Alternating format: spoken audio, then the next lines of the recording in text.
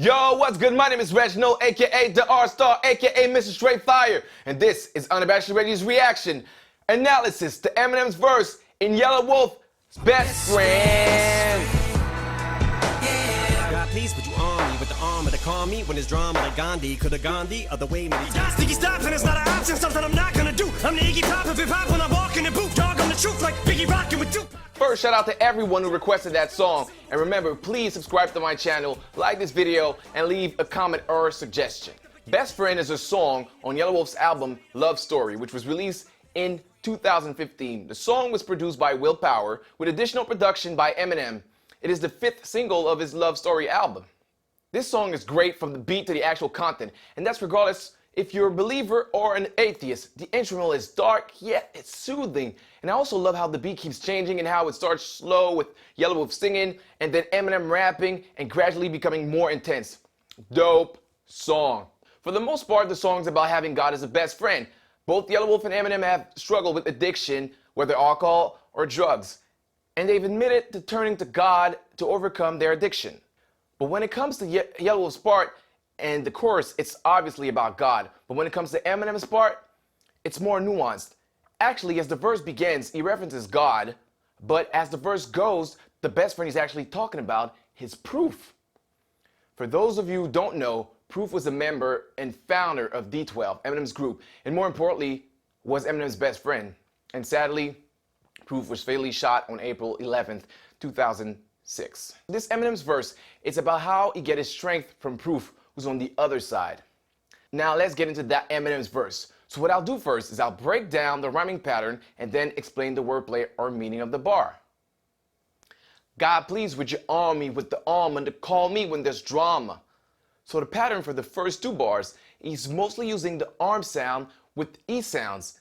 And when he starts a new sentence, he starts with the plus E sounds, as in God, please, or Dali. Like Gandhi could have gone the other way many times, could have turned Dali with the llama, but I squashed my beefs, llama, squashed my. Here Eminem alludes to 2 very well-known spiritual leaders in Gandhi and the Dalai Lama. Also notice the homophones with Gandhi and Gandhi. And homophones are words that sound alike but have different meanings. Something he does a couple of times in that verse. Actually a lot. And this whole thing here is that he references the Dalai Lama by making a reference to the Spanish painter Salvador Dali, because he's saying that he could have been Dali with the llama, and llama is a slang for a gun. So instead of using a pencil to express himself as an artist, he could have gone bad and used a gun instead.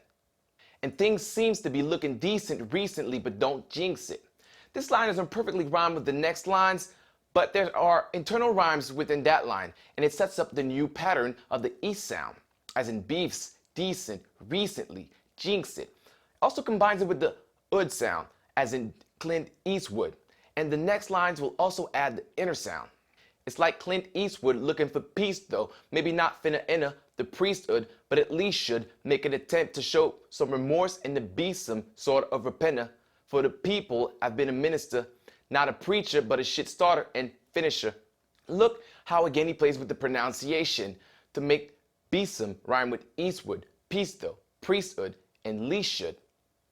That's something that he does a lot actually, and that's how he's able to make all those crazy rhymes. And here not only does Clint Eastwood fits perfectly with the rhyming pattern, but Eastwood has been known to play rugged, aggressive characters. So M feels that it's ironic that a guy with his temper is trying to look for peace. And this verse is also about Eminem looking back at his more aggressive and angry past self and how he's been able to calm down with the help of God. Now the homophone here is ministu, that he makes sounds like minister. And what he's saying here is that he maybe should apologize to the people he's been a menace to, specifically kids and teenagers. Remember, he's been accused of being a bad influence throughout his career because people could try to follow his lead. Therefore, he's a church minister, since he's leading them. But right after that, he specifies that he meant minister because he says, not a preacher, but shit starter. After that, he keeps the inner sounds, but also adds the I sound. In the mind of a thick skin but a short temper, this patience of mine is thinner than twine is when I get attacked, so I might say something back that might offend you. The next lines, he doubles down on the act sounds. So if you don't like when I rap or what I have to say on the mic, then you might want to act just like quarterback and take a fucking hike when I snap, cause I'm a sinner. Here we have American football similes and metaphors. He's saying that if people don't like what he says, they can take a hike like a quarterback. The expression take a hike basically means go away, get the hell out. But in football, a hike is how a play starts, when the ball goes to the quarterback. But a hike is also called a snap, which is done by the player in the center position. So another homophone with sinner, as in committing sins, and center position. Sinner, center. And I got a best friend, plus balls and intestine, and they never been yes men. They gonna tell me when I'm fucking up the minute I'm giving it less than. Here we kept the N sound, but also adds the S sound. And notice the almost 5-syllable rhyme with never been yes men, ever given it less than. That's just brilliant. I'm about to vomit, I can feel it coming, cause failure's something I can barely stomach. And I only listen to my gut, so unless you're my belly button, don't tell me nothing. In this whole section, he's saying that he can always trust himself, and he'll always do. And to do so, he uses the intestines, stomach, and gut theme. Since failure is something he can't stomach, that's why he might vomit, and he only listens to his gut. Now, as silly as it may sound to use belly button in a verse, and maybe a bit corny, I'll admit it, but it's a great use of it for the rhyming pattern. So it's silly when you hear it, but the way it fits with the rhyming pattern, it's amazing. And I love the cadence created by the rhyming. Fail it, coming, cause failure's something I can barely stomach. Again, he's making feel it rhyme with failure by the way he says it. Failure, fail it. You ain't my best friend, who you think I'm talking about? Lifts me up when I'm down and out. Still look to him without a doubt. At this point, he shifts to a rhyming scheme where he mostly uses the ow sounds, as in power, down, or crowd. And also at that moment in his verse, it's where you can realize that he's talking about proof when he says, still look to him without a doubt. Because he says still, and that indicates he's talking about proof, because Eminem has always said many times in interviews that Proof was someone he looked up to his whole life. Still got a best friend, shout it out. There's never been a louder mouth, should have never been allowed a mouth. Now that I got a higher power now. Another homophone here with a louder mouth and a louder mouth. A louder, a louder. When I black out power outage, they powerless. They crowd around, they tend to flock like shepherd, the black sheep, but I'll be the worst thing that these motherfuckers ever heard when I'm counted out. Now you have the power wordplay where when he blacks out, meaning when he just spazzes on a track, he just shuts the shit down, just like a power outage. And people have no choice to pay attention to him and praise him. That's why they gather around. But let's also look at the sheep theme here. He says he's the black sheep, meaning someone that stands out or doesn't follow normal conventions. And ironically, he was the black sheep of hip-hop by being a white rapper. And notice the homophones with herd, H-E-R-D, which is what a shepherd does with his sheep, and herd as in people hearing his rap. And on top of that, he's saying he'll be the worst thing people have ever heard when he's counted out, meaning when people are doubting him or thinking he's finished. But the wordplay here is counted, as in counting sheeps, since he's compared himself to a sheep. So there's so much going on with just that whole sheep thing. And this whole section goes back to how he's had much influence on people and had so many followers, just like a shepherd. You be DOA, then announced they pronounced you dead when they sound it out. So prepare for arrival. Your arch enemy surrounds you now. He's all around you, pal. And when he says that, it goes to the left and the right side of your speaker, so you feel surrounded. And a rival, arrival, homophone again, arrival as in an arch nemesis, and arrival as dead on arrival.